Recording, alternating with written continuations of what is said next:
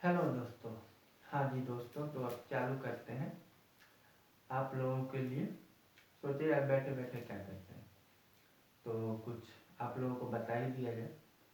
बहुत लोग सोचते हैं कि स्टॉक मार्केट जो है वो एक जुआ होता है या शेयर मार्केट जैसा कि लिखे हैं वो एक जुआ होता है, लेकिन ऐसा कुछ नहीं है। बात को हम समझते हैं एक उदाहरण के तौर पे कि होता क्या है एक्चुअली।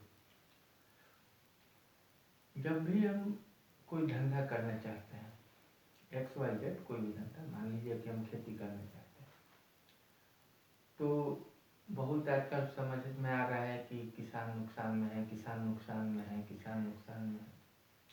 वैसे ही बट ये कभी आपने सोचा कि रिलायंस भी तो खेती करता है? क्या रिलायंस नुकसान में नहीं है? नहीं है। क्यों नहीं है? क्योंकि वो कमर्शियल खेती करता है। तो जब हम किसान होके हम नुकसान में जा रहे हैं, तो जो किसान फायदे में जा रहा है उसका पार्टनर बन जाता है। क्योंकि हमको ये धंधा पसंद है कि हमें केवल खेती बाड़ी समझ में आता है, तो हम रिलायंस की जो किसान का जो पोर्टफोलियो है उसमें जाएंगे और देखेंगे कि क्या सही तरीके से ये काम कर रहा है या नहीं कर रहा है।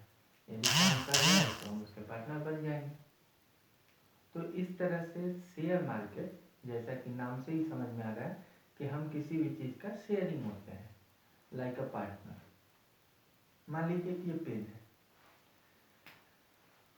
कोई कंपनी इतना बना ली और उसे कैप का पैसा चाहिए, तो कैप का पैसे के लिए वो क्या करेगी? आईपीओ लाएगी। हम अगले वीडियो में देखेंगे कि आईपीओ का मतलब क्या होता है। तो उसने आईपीओ लाया, आईपीओ में देखा कि इससे फंड जो रेज होगा मेरा वो कैप बनाने में होगा, तो इस जरिए में उसने कहा कि हम इसका इंटरेस्ट नहीं देंगे आपको, इसका इंटरेस्ट हम नहीं देंगे आपको, इसका केवल हम आपको पार्टनर बनाएंगे।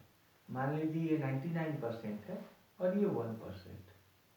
तो यदि कोई एक पर्सन इसको फंड देता है कैप बनाने के लिए, तो वो इस पूरे पेन का 1% का हिस्सेदार बन जाता है।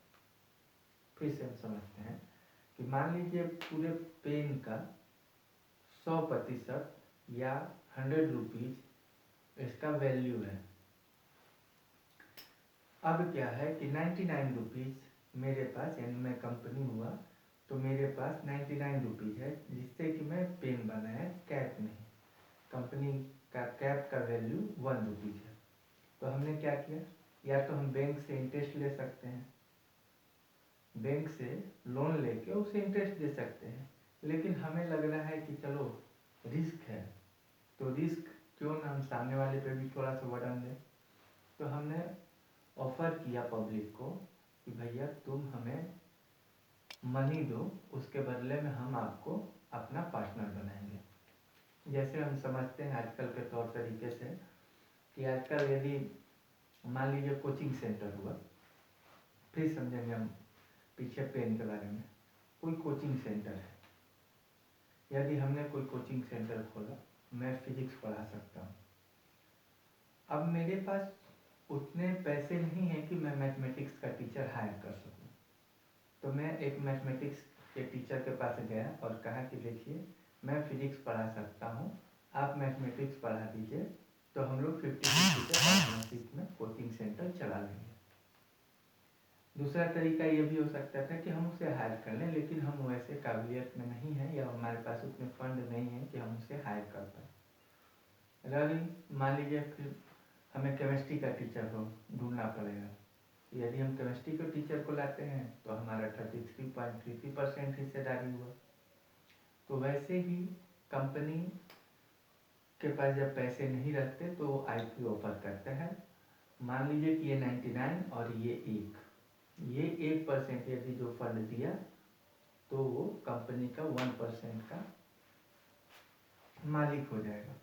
ये होता है शेयर मार्केट, जो कि हम शेयर मार्केट करते हैं। तो इसे जुआ कहना यार बिल्कुल गलत है।